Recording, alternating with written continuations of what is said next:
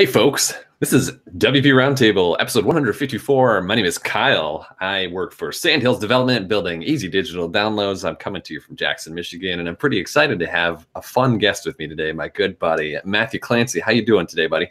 I'm doing great. How are you? Awesome. I am fantastic, feeling fine and excited about our chat. You're coming to us from Phoenix, Arizona, right? Yep, I am in Phoenix right now. That's pretty cool. Well, we have a lot to talk about, and not the least of which is going to be the work that you do, the cool stuff you've been working on, some of your exciting plans that you hinted at while we were talking. But before we dive into that, let's cover our quick picks of the week. This is just a part of the show where each of us shares something that we think is somewhat interesting and worth spreading the news about. So for me, not too long ago, I just got one of those iPhone 10s, and I'm liking it. I mean, it's pretty cool. There's a lot of stuff that I enjoy. I'm not too much of a tech gadget type person, so a lot of the exciting features are a little bit lost on me. But I did come across a pretty good review on daringfireball.net. A fellow named John Gruber wrote a lengthy post about how he feels about this new direction that Apple is taking with the iPhone 10. It was kind of a fun read, gave me some interesting food for thought, and helped me really appreciate the significance of some of these differences, because the iPhone 10 really changed a lot of things. But anyway, what kind of phone do you have, Matt? So I have a Samsung S8 here. Oh yeah, and, yeah. So I picked up one of those, and I like it. It's got like I think the 10 has like a facial recognition on that, and right. Yeah. So does this has the iris recognition, and that's pretty cool, because I was reading something that said like, that like fingerprint or like facial or iris recognition for like security is the most important thing, because a lot of people can memorize your PIN just by looking over your shoulder, and that's how a lot of phones get stolen or hacked, just because you're typing in your PIN, someone sees it, and then they're like, okay, I'm gonna take your phone, right? So I think it's pretty cool, that the iPhone has the facial on that, and the Samsung has the iris. So yeah, I do like that. Just crazy innovations, things I wouldn't have even thought of years ago when we first got these handheld smartphones. But what's your quick pick? My quick pick is lately my kids and I have been building a lot of Legos. So I found this site called bricklink.com, and it basically lets you buy like single Lego pieces or old Lego pieces from like all these different sellers all over the world, and it's super crazy. It'll show you like the exact part number. It gets really in depth on every set that there is. So yeah, so that's my quick pick. It's, like I said, super cool. You can see all the different like the exact item, like piece number, item, everything like that for every Lego piece that's ever existed. Wow. That's sweet. That sounds like a really handy site. Yeah, it's super cool if you're into Legos at all. Yeah. Well, who isn't? Anyway, thanks for sharing that. That's gold. So now let's talk a little bit about you. There could be a chance, a remote possibility, that someone tunes in now or in the future and doesn't know everything about you. So let's help them out right now. For starters, I want to go back in time just a little bit and talk about when your career was first getting started. Not necessarily this iteration of your career, what you're doing right now with GoDaddy, but when you were a little bit younger and making plans to do something with the rest of your life. What were those plans? You said, this is what I'm going to do. And how'd you set about doing it? Yeah, so when I originally was like, I'm going to be a pilot, and I was determined to be a pilot. I started going to college, and it was right around the first big, like recession, and a lot of my college fund that my grandfather had set up for me was gone. So being a pilot is very expensive, and my grandfather taught me one thing, and that was to not go into debt to get an education. So I was doing this little thing called building websites on Front Page back then, and I decided, you know what, maybe I will go to school for something to do in computers. And so I started going to school for that instead of being a pilot, and realized that might as well just get certifications. So I got a CCNA and MCSE, and was like, I don't really like doing any of these things at all. It's very boring. And in 2005, my parents told me that they heard on the radio that this little company called GoDaddy was hiring people, and on the radio.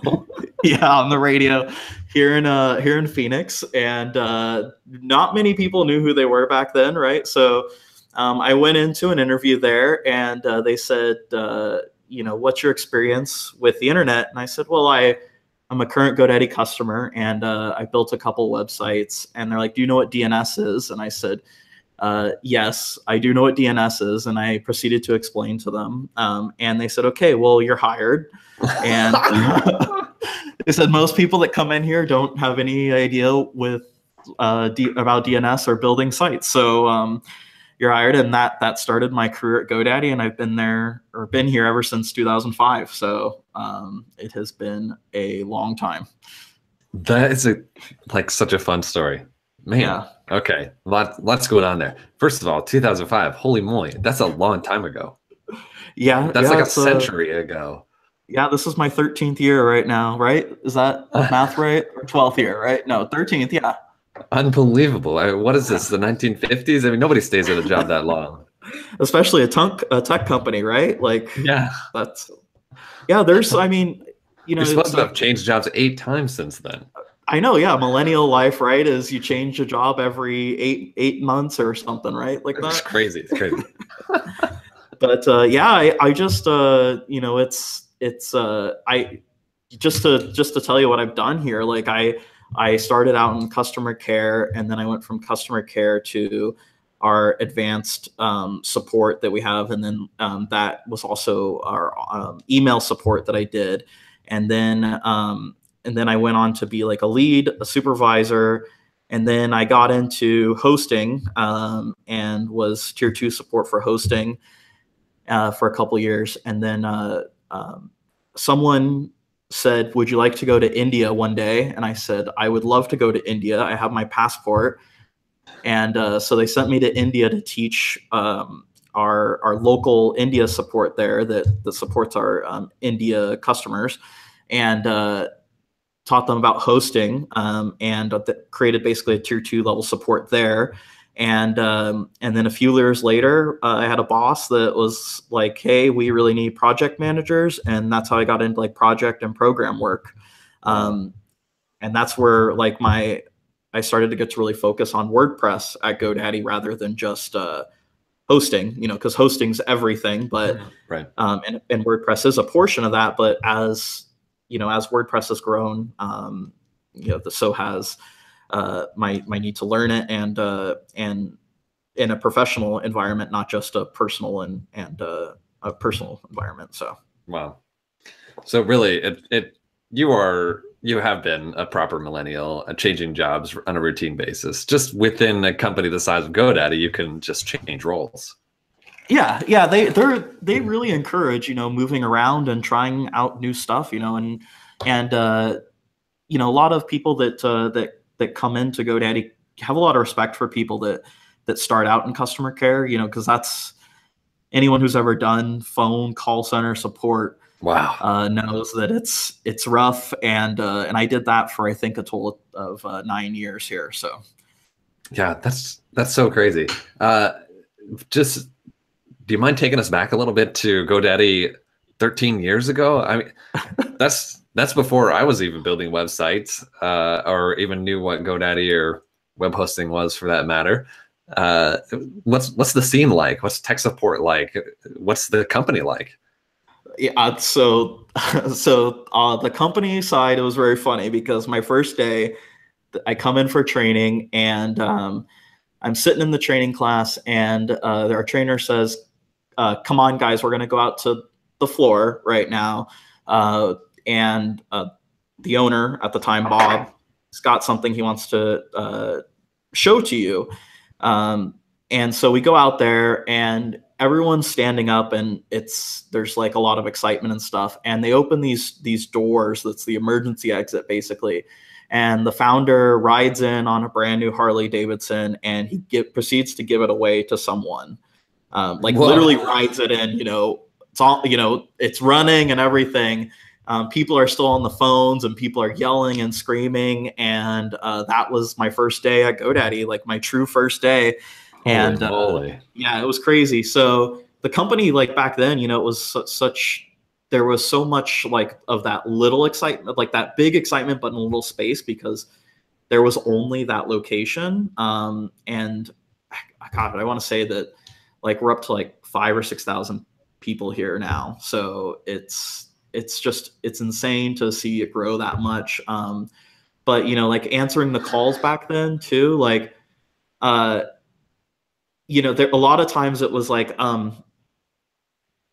I can't see my website, and you're like, okay, are you connected to the internet? So it was, if that gives you any type of perspective what it was like back then, that's kind of how half my phone calls went. Unbelievable. Telling people about how to get on a search engine. Everyone wanted to be on Google once they got their website running, right? That back then, and that was it, man. That was my job every day. Wow, man, that's such a trip, and so much has changed since then. And okay, so you tried out a bunch of different roles, so you've really had experience in a lot of different aspects of what GoDaddy provides, and you've really been able to get hands-on and help customers with problems in a variety of capacities. So what's been the most challenging role for you that you've had there? I think probably the most challenging is actually my current role, which is program management. It's definitely, it seems like it might be simple from the outside, because you just say, hey, I'm working on this thing. And the part of that thing, though, is to create something that everyone gets bought into. So you have to, go out to other teams, and you have to work with so many other teams, learn different processes, different, how other team dynamics work, and then do your best to meld your team dynamics with theirs, and really get people to appreciate what you're trying to do. And it's obviously not just go and do this thing. It's go and convince everyone else that this is the right thing to do. So that has definitely been the most challenging thing I've been dealing with and working with. That sounds like leveraging an entirely different skill set than kind of one-on-one technical support for customers or anything. Yeah, like I mean, that. Because with a customer, there's already a trust level there, right? Because they're contacting you, and most of the time they know that you're the expert, right? But when you're doing like program, you're basically convincing people that you're the right, that you're wanting to do the right thing, versus that customer, again, that, like you said, one-on-one interaction there, and they most of the time they're in desperate need of someone to help them. And so they look to you for the advice and the help that you're going to give them. Wow. Yeah, it's amazing. So you've been along for the ride for for a company that has grown to an incredible size. It's really one of the biggest players out there, maybe the biggest. I don't even know in this market. Has gone through all kinds of changes over the years. It must have been quite a ride. I can hardly think of very many other brands in our industry that have existed for so long, that have just like evolved and changed and iterated so visibly to the rest of us on the outside. have there been hard times for you where you're like, I don't know, I mean, is this the right place for me? This, we're going in a new direction, I'm worried, or has it always just been pretty clear the direction is good and I'm excited about the future? Like, no, I mean, there's, I don't know that it was ever very clear or anything like that. It's definitely been a rough ride.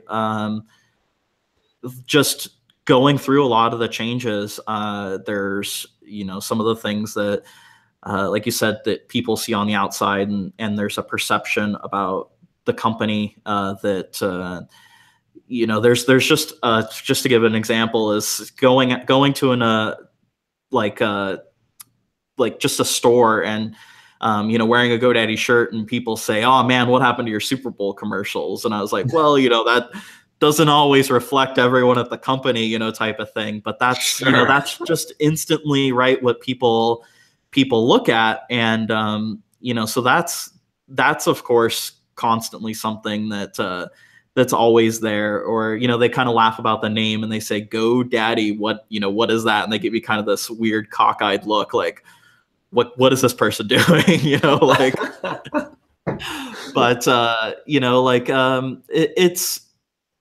like I said, it's been rough. I mean, there's never, I don't think that there's ever been a time where, that there was not another opportunity out there, or another company looking for someone with the skill set that I have. But when I look at what GoDaddy has now, like you said, we're a huge company, right? So I look at that, and when a passion for me is getting small businesses online.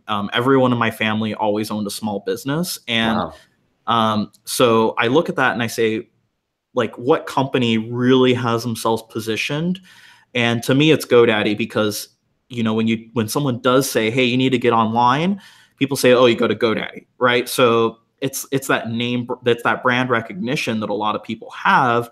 And that's why I say that I look at it and say, that's the best opportunity to get the small businesses to have a website presence, even if it's just a one-page thing, right? Just so that people can find out about their business in some way.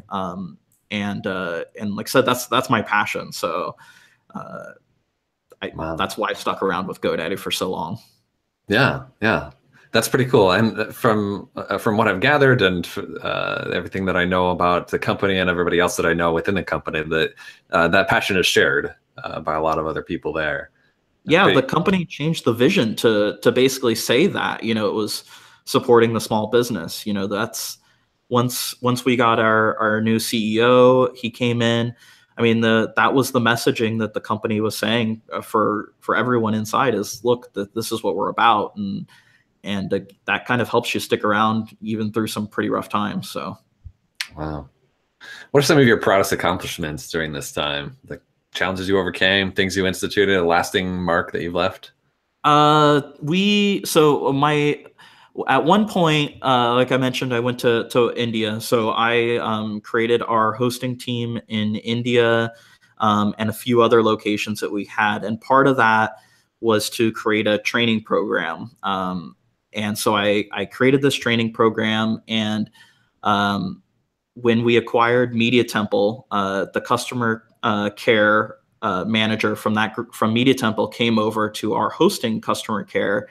And he came over and was just talking to me about what I was doing, and basically said, hey, I've heard you've created this training course. Could you do one for the entire hosting organization?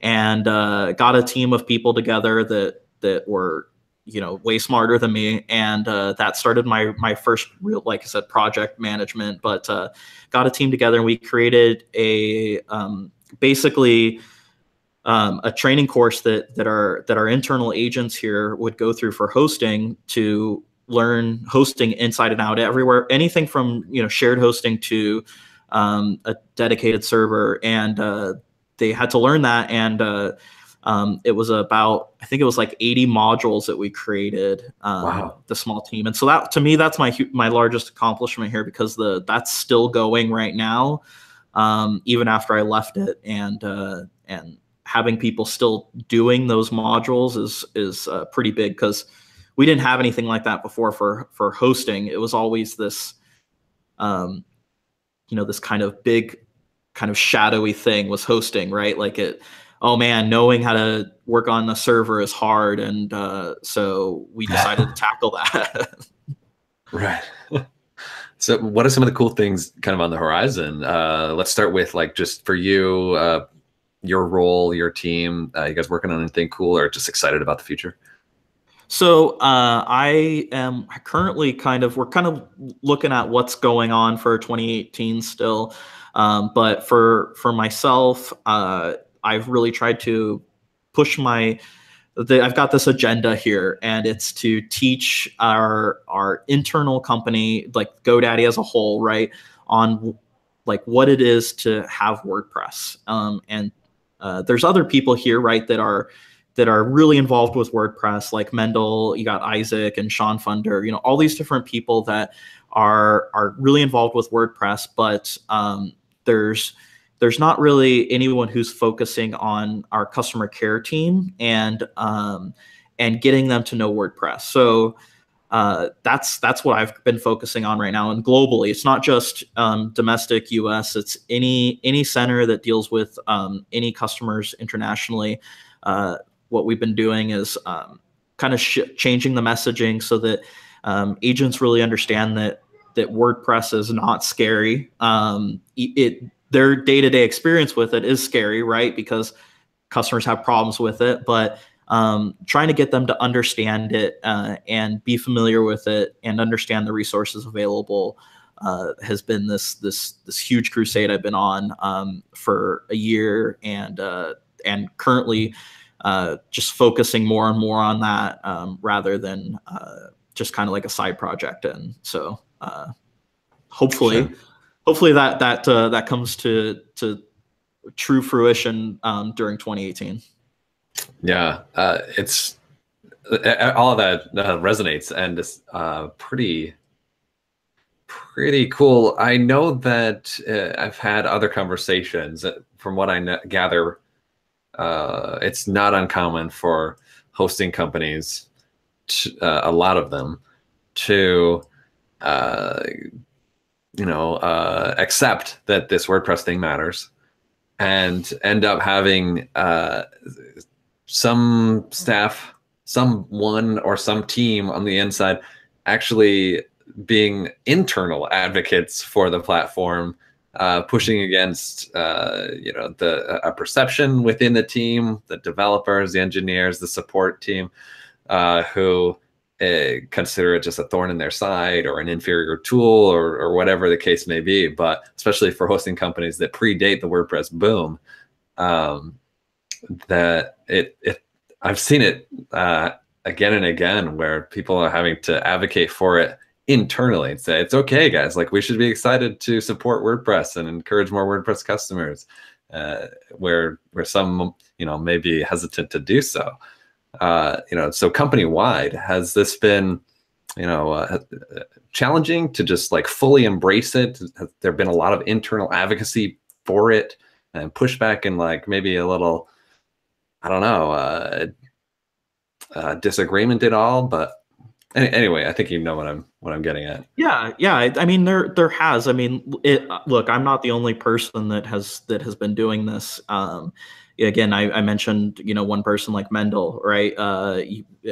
Who many people listening probably know him, but it's been a small group of people over years and years and years of advocating for WordPress. And again, I'm not the only one, and I certainly wasn't the first person. I had no idea about this, the need for some, what you're describing. Years ago, I thought everyone just kind of knew and accepted that WordPress was the right way to go. But it was always, like you said, this internal perception that there was a thorn in the side, right? Why are the MySQL servers crashing? Well, it's because these WordPress users got hacked or something like that, right? Or sure, right. Something like that, right? It was always there. That always came up in a conversation. But people, I don't hear it like I used to, right? There's still the perception of that, like, there's a lot to learn about WordPress, and when you get people who might not know how to manage their WordPress website running on a shared server or even fully dedicated environment, it's still something that we have to struggle with constantly, especially dare I say the older outdated WordPresses, right? Like those people that say they love their website and they don't want it to change, but they don't have enough education around the fact that the current platform that they're on, or PHP version, is vulnerable, right? So it's still something that you have to deal with all the time, right? As a company, we have customers, and we don't want to make them angry by saying, hey, WordPress, this version of WordPress is potentially vulnerable. You need to upgrade. And if we're the ones that are the messenger, they only see us because they don't have the knowledge that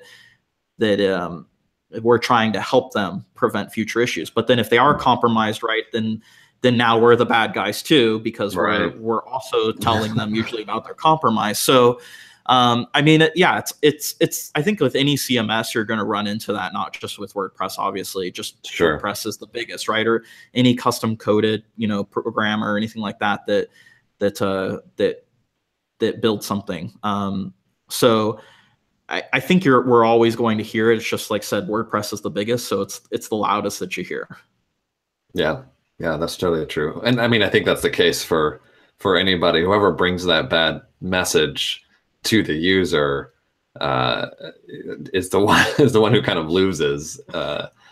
So, like, even if we were to do it as plugin developers, we want to inform our users and say, hey, it would be better if you updated your PHP version or your WordPress version or blah blah blah. Whatever we tell the user to do, it's us who is bringing the bad news, and it looks like it's our problem. Like we can't deal with their configuration or something. It's just like kind of a big problem for everybody. Everybody wants the user to catch up, but nobody wants to bring that bad news. Right. It kind of sucks. And that's, I mean, what you're saying too is another interesting side, because any type of problems that a hosting provider might have, it's just using WordPress as an example.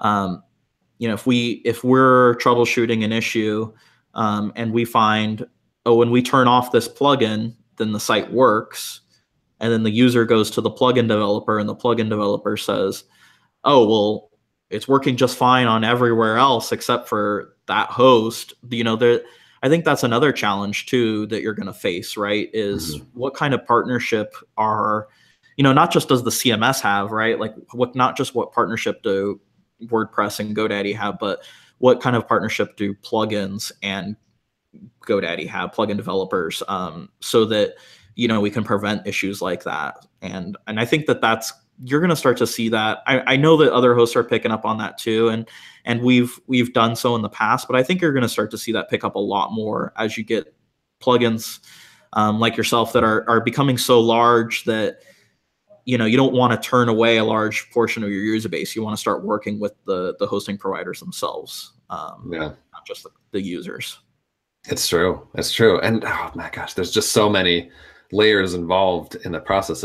It's kind of staggering when you really think about the fact that you do have, leaving out some of the really base layers, but you do have a relationship with the host as a customer, and then with the CMS, and then with like maybe whatever your foundational layer on top of that. That could be easy digital downloads if you're running a digital store. And on top of that, you could have one of our core plugins like software licensing to sell your plugins. And on top of that, you could have an extension that extends software licensing. And all of these could be provided by different third parties. And that's a lot of relationships and a lot of dependencies. And it's a complicated world that we're working in here. Yeah. And if we're not communicating, not just pointing the user, right? Like, that's why I was saying, like, I think that we're going to start to see some partnerships working out a little bit more in the future, because just pointing the user, they're potentially most of the time they're the least qualified person to have the conversation, right? It should be the plugin developer, or whoever is providing that layer that has that conversation. It shouldn't just be this end user that we point one finger towards, then they get pointed another finger towards, and that type of thing, and it just becomes a bad situation for that end user all around. So it's not just customer service from a hosting provider perspective, but just in general, right? It's how you treat the customer. So, like I said, that was kind of a rant situation, but like I said, it'll be interesting to see what happens. Like I said, not just with GoDaddy, but other hosts in the future. So, yeah, for sure, and I love a good rant on this show. But yeah, the times are changing. It's getting a little interesting, and it does seem like across the landscape, we're seeing a little less reluctance maybe to embrace this platform that has just been so dominant and is advancing pretty well. WordPress has now become far and away one of the most sophisticated platforms that users can build websites with, largely due to its incredible number of volunteer contributors. But it's a slow process, for things to change at a big scale. But maybe shifting topics a little bit, you've been helping organize a WordCamp lately. Yes. So you want to tell us how you got involved with the team down there in Phoenix? Yeah, so I'm helping to organize WordCamp Phoenix here locally. It's in February if anyone wants to come down and join us. And we just had one in October, but we changed the times to kind of, I don't know, the best way to describe this is just to take advantage of the awesome weather we have. I don't know if I mentioned it earlier, but it is 77 degrees here right now. Great.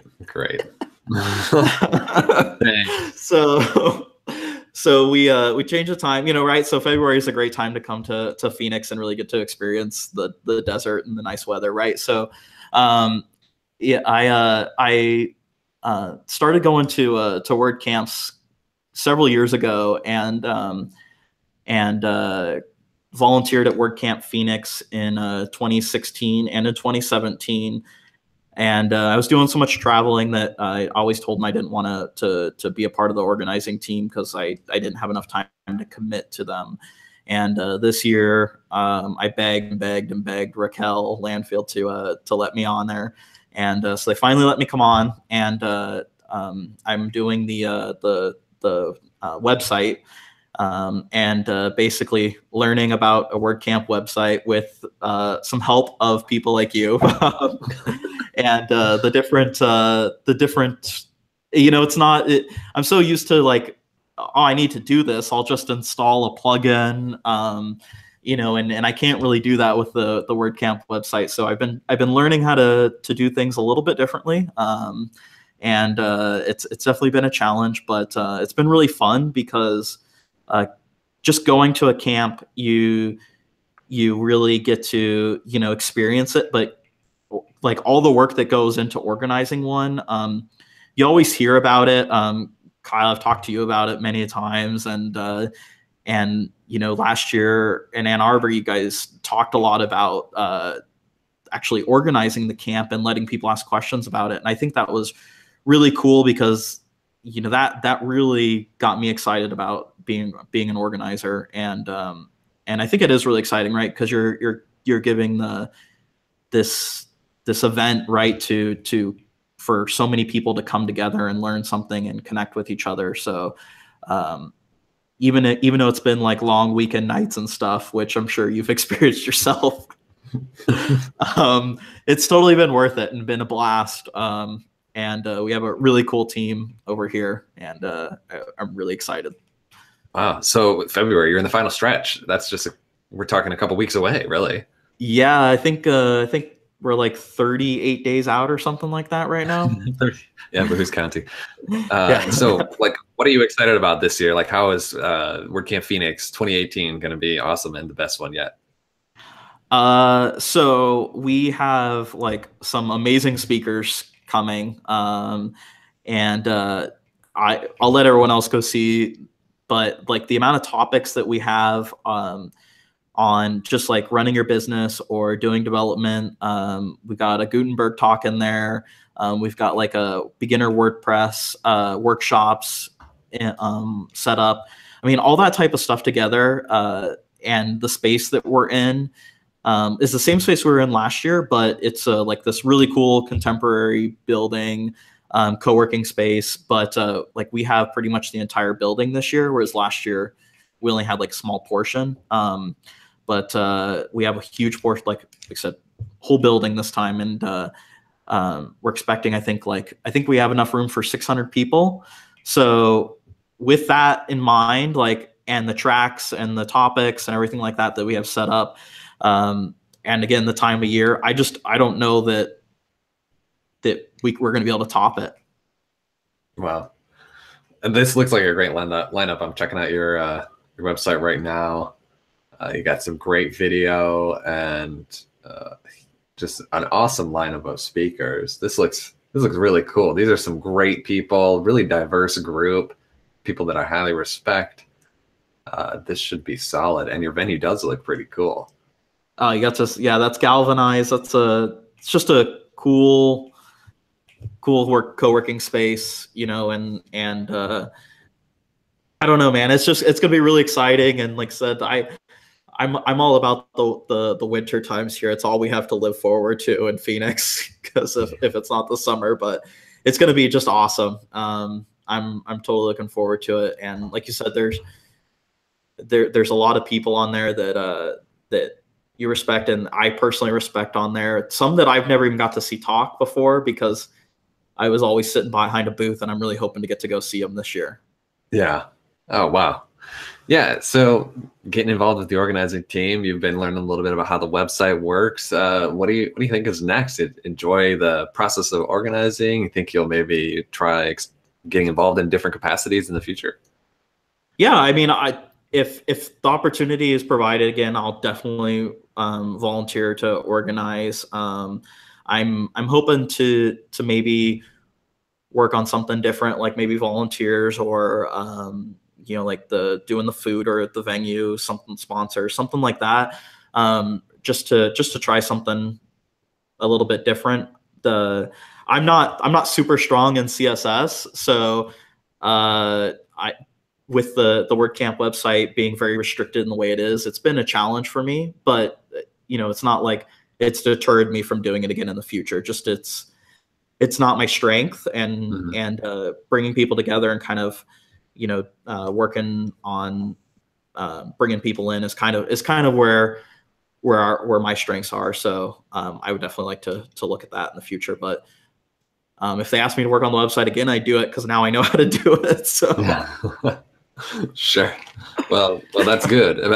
I warn you, I do think that from what I've seen, a lot of people get stuck in a role because it's, you know, oh, I figured it all out, so I'll just do this. Or you did a great job, can you just do that again? Yeah. But how about speaking? You've done some great talks up here in the Ann Arbor area in the past. If you're going to do any public speaking this year, what might you talk about? So I'm working on a talk right now. I'm definitely struggling with it. It's basically about basically how to convince your clients that WordPress is the right solution for them, and being willing to, as a developer, being willing to go and expand your horizons and understand why the, you know, Wix, Weebly's, Shopify, things like that are so attractive to new users in terms of cost and control and time, things like that. But you know, really explaining how you can counter those types of things with why WordPress is a better solution. It's a hard talk to give in potentially 45 minutes, but I'm still working on it, and that's my main one that I'm trying to get together and get into 45 minutes. The other one is basically why and how you should be selling maintenance services to your clients. Great. Yeah. What inspired these topics for you? Something that's like really on your mind or you see people struggling with? Well, there's a lot of I like to listen to what people have to say at the camps I go to or what I read about online, and it does seem like that there's a lot of people that are struggling with trying to convince a client to spend a significantly large amount of money to build them a website that, there's advertisement everywhere saying you can go do this yourself. You can go do this yourself. It's easy, right? You can go do this in just a few hours, have yourself online with these other tools. And I think it's something that obviously developers and designers are always going to have to deal with, but really expanding your horizons and going in and being willing to learn those yourself will give you a lot of ammunition when you're basically going to a prospective client to sell your services. So I don't know if it sounds interesting to anyone. I haven't even asked anyone their opinion yet on it, but hopefully everyone's not just like, oh, that sounds terrible. I would never sit in that. So, jeez, no, yeah, those are fantastic topics. Those are really excellent, and I hope to see applications for topics just like that coming my way in 2018. That would be awesome. And then the maintenance one, obviously. I'm sure that you get it all. You hear it from a lot of people is they just say, well, I just like to design the website and let it go, right? But the whole idea behind that one is that we talked about earlier, right? This knowledge of WordPress and understanding, and so helping designers and developers understand that if they're not offering maintenance services, what's the potential negative that could happen down the road if their client doesn't update their website or anything like that, right? We all know what it is because we're educated enough, but how is that going to negatively impact them in the future, right? Are they not going to recommend you to their friend or their small business circle because the site you built them got hacked and they had to rebuild it, that type of thing. So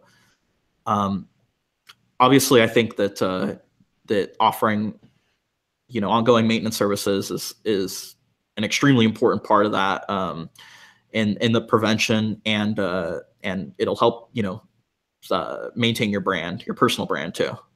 Yeah. Sounds pretty important. It really is something for anybody building websites to reflect on and have an answer to. We have to not only know the importance of it, but learning how to sell that is, like another thing entirely. Just an add-on on top of selling our services initially for website build projects, which so many of us have done. But it takes entirely different tactics and skill and knowledge to effectively persuade and sell for ongoing maintenance services. That sounds like a fantastic, super important topic. Cool. Thanks for the feedback. Yeah. Yeah, no problem. Anytime. So what else is going on? You said you and the folks over at GoDaddy are thinking about doing some hitting the airwaves with something new in the future. What's that all about? Yeah. So when I was in Ann Arbor, I went to one of the little the lunch meetup things and got to doing a podcast, and I've been wanting to do a podcast internal at GoDaddy with our customer support and basically anyone that wants to listen about what's kind of happening with WordPress, and what's not just myself that deems important, but anyone who's involved with WordPress, can bring a topic to us and basically recommend something that they'd like other people to know about, so they could literally just send me a blog post if they want to, anything like that. And it's going to be here's some WordPress information, what's going on in WordPress in general, and then here's what's going on with WordPress at GoDaddy, and then we'll have an AMA session and special guests on from people inside GoDaddy that are involved in WordPress, anywhere from marketing to customer care to engineering, just so that anyone in GoDaddy that wants to ask a question, no matter where they're at, can ask something and have it out there and get to watch it. There's as I mentioned earlier, I think we're at like 6,000 people. When you're at that size, you want to get out in front of everyone and kind of tell them your story and tell them to offer your product and why they should care about certain things. But it's really hard to do that when it's a global company. So I'm going to try out the podcast thing and see how that works, and see if there's people who are actually interested in listening to it. And hopefully we're going to get that started by next month. Wow. Yeah, that's pretty exciting. So it's green light go, like you're really moving forward with it? Yeah, I've written up my first script and everything like that, and it's more just these are the things I want to say type of things, rather than like reading off a piece of paper. But that way I can make sure that I'm not missing some topics, and then that'll be what we use to kind of kickstart the AMA, and then we'll provide a space internally for anyone to see who the next guest is going to be, and post their questions to them. And if they don't have any questions, of course, I'll try and come up with ones that are based on current trending topics or anything like that inside the company. Sure. Wow. So you have a brand and everything all set up. Where would somebody go if they're like, this sounds good, I want to subscribe? Yeah, so we have so it's an internal kind of like a community page that we have, and it's like on Jive, and so we'll go in there and we'll post it, and then anyone can go in there, and that's where they can subscribe or watch the videos from. Oh wow. Okay. So who's the real target audience here? Yeah. The real target audience is our customer care, because they're the ones that are full, they're the ones that are more distributed versus anyone else. So they're, 24/7, they're across, say 7 or 8 different locations now. So again, it's from a product perspective, it's really hard to get out in front of all those people over so many different locations. And I'm hoping that this online version is really how we can achieve that. Wow. Yeah, that's really cool. Actually, I like that a lot. And have you had any interest in doing something like for public benefit? No, I actually have not. I wanted to. One of the other things I kind of want to do is I'm building some content before I publish my site, and I spend a lot of time building Legos with my kids, and I think I mentioned that earlier, but yeah, so we my kids love to build Legos, and as a kid I always loved to do the same thing. So I was thinking about trying to do like a little podcast of like, not a review of things. Like I don't want it to be just like another YouTube review, but like, like a little short podcast or, vlog or whatever it might be, of just like talking about that, like building a set and how neat it is or something like that. And it wouldn't be WordPress related anyway, but just Lego related. That's pretty cool, actually. So that's something that you guys do a lot of together, building the things. I mean, my daughter's still pretty young, but how does that work? You guys go to the store, pick out a set, and then just go take it home and build it? Yeah, I mean, pretty much. They're like usually for Christmas or birthdays, the kids ask for Lego sets, or when they save up enough money, they get a Lego set and we build something. And we have a lot of loose Legos everywhere. And you should be looking forward to when you get to first step on a Lego. It'll in the middle of the night, but yeah, you'll never walk the same way again in your house. But yeah, I mean that's what we do, and there's a lot that goes into it, right? It's attention to detail for the kids that they have to learn. There's a certain level of patience that they have to learn, and I think that's one of the really fun things about it. Like, I'm not the one who's typically I don't just go sit down and build them myself, right? It's the kids who are helping, and there's a lot of sometimes yelling and fighting that happen between us when something's done wrong or someone gets frustrated. But again, it's teaching patience, right? I think it's something that's really important, and and attention to detail, because they want it to look like it is on the box, but sometimes they get so excited that they'll go through the instruction manual and they're on step 25, and then now all of a sudden they're on step 31 and they forgot a bunch of steps and it's not looking right. So, wow, that sounds so rewarding and really, really good for kids. So I've been just in a crash course about parenting, learning all about how good it is to take advantage of toys that allow and encourage some imagination and creative thinking, not strictly toys that are like overstimulating, like will have noise and lights and do everything for you, but things that you can build and really get creative a little bit. And Legos just seem perfect. They're just a win all around. Not only are they like it's about as fun as toys can get, but they're like good for you, if you will. Yeah. I think that was definitely a challenge, and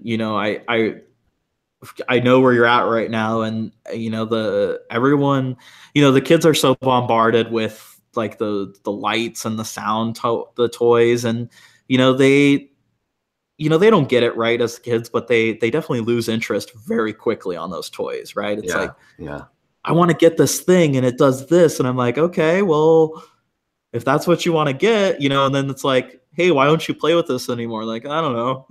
Yeah. That's right. They don't have these like unlimited possibilities. Yeah. Where again, Legos, I feel like I'm just doing a commercial for Lego now or something. but again, it's nice to talk to someone who's a new parent, about it, and they're starting out, because like I said, you might step on a couple, but it really becomes worth it if that's what your kids like, and that's another thing too. Like, you just have to, I always liked action figures, right? I like my Star Wars figures to play with, my G.I. Joes and my Jurassic Park figures, right? I like them all to play together, but my kids were never into that. They always liked Legos, and so letting your kids pick what they like and just taking an interest in it, I think is one of the most unique things that you can do as a parent, because then they actually want to talk to you about it too, right? And you can have those kind of fun conversations. Yeah. It's funny, we've actually I've talked with a number of other people on the show about Legos kind of at length. Brian and Katie Richards and Nicole Arnold years ago. It's something that's easy to get passionate about. A lot of people are. Anyway, so what else is on your horizon? What sort of things personally and professionally you think 2018 holds for you that you're excited about? Oh, gosh, I don't know. I'm not a huge planner type of person when it comes to anything like that, but nothing really extra. I definitely, one of my personal goals is to get my website up and running this year, and then to actually make sure I'm putting content up there, not just publish it and then be done with it, which I've done in the past. But be willing to just put up a couple paragraphs of what I want to talk about, and then the other thing is making sure I get at least one talk in this year. I think I spoke 6 times in 2017, and I'm not looking to beat that or anything, but I at least want to do one more. Those topics and those presentations ready, and test them out and see how they do. Sure. Yeah. Those are good goals. That sounds awesome. What's on your calendar in terms of events that people might see you at? The only thing is WordCamp Phoenix right now. I'll definitely be there. That's literally all I have, and I've been trying to play it as calmly as possible, at the start of the year. But I know for a fact, come June and July, Midwest and East Coast, I'll probably be all over the place over there. Sure. That's where I'll be too, and I hope to see you more than a few times. Yeah, absolutely. And hopefully we actually have time to spend together and not just say hi like at US this year or last year. Yeah. Well, US is the wrong one. Yeah. That sort of thing. Yeah. We'll bump into each other at some small camps, and we'll take it easy and we'll chill. Yeah. I'll sit in on your talk, and you can heckle me during mine. All right, perfect. All right. So do you have any good recommendations for me for future guests that I should have on the show? Oh, geez. I personally think you should, just because she's pretty awesome. I don't know if you had her on yet, but Raquel, have you had her on yet? No, not yet. Okay, because I didn't tell her I was going to recommend her, but I think you should definitely have her on. I think she'd definitely probably be a little bit more exciting than me, but she's doing a lot of cool stuff for Phoenix right now, and she had a really cool community bazaar thing at WordCamp US. So I would definitely love to see her on the show. That would be great. I'd love to talk to Raquel. Good recommendation. Awesome. Anything else you want to share before we go that is relevant that maybe you think, hey, not enough people are checking this out. You guys got to check this out. So we did this for our camp. We had a talk that applied, and it was on Gutenberg, and I know that it seems like everyone's talking about it right now, but I really feel like the people who are a little bit more quiet in the WordPress community are really not maybe necessarily taking it as serious as they should. Maybe now that the holidays are over, things like that, people will start spending some more time on it as we get closer to, as it becomes more and more stable. But I definitely think that, for anyone who hasn't, definitely try it out, spend some time with it. It's really cool. It's not the end of the world type of thing that some people thought it was going to be. And, just spend some time getting to know it, and finding out what, is looking to do with it and why they're building it. Watch the WordCamp US State of the Word from Matt, so that they can just, be aware, right? And be knowledgeable about what's going on with it and why it's coming. Sure. That's really good advice. Yeah. Thanks for sharing that. Well, Clancy, this has been a lot of fun. It's about time to wrap up. I'll respect your time. I'm going to go have some dinner and let you finish up your work day, because you've probably still got an hour or so. Yeah, still got an hour. Yeah. All right. Well, thank you for joining me, and for being awesome. For having me on. And everybody else, go follow Clancy at ModMatt on Twitter, and check out GoDaddy and all the cool stuff they're up to. And thanks for tuning in.